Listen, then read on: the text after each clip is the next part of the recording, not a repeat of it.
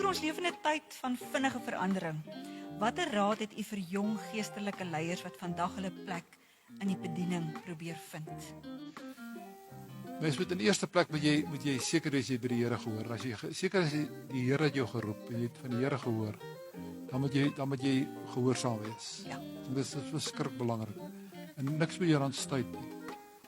Daar sal altyd ontmoedigings wees. En Is die duiwel sal altyd probeer om mense wat waarlik deur die Here geroep is van koers af te kry, Absoluut. te ontmoedig op een of ander manier. Maar as 'n mens jou oë gefestig het op die Here, op sy roeping in jou lewe, Amen. moet niks jou keer en my begeerte is, weet jy, my eie lewe, ek is meer as 51 jaar verjaar dat ek in die Heeltydse bediening is. Maar my begeerte is om sterk te eindig.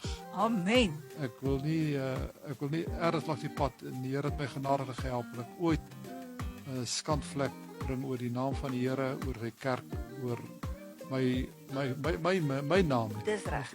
Dit eenmal 'n goeie naam. So Is ek bid die Here dat hy my sal help van waar ek jong direk na skool begin het my opleiding, Amen. my hele lewe net dit gedoen het, dat ek sterk sal eindig. Dis Sure. my gebed. Amen.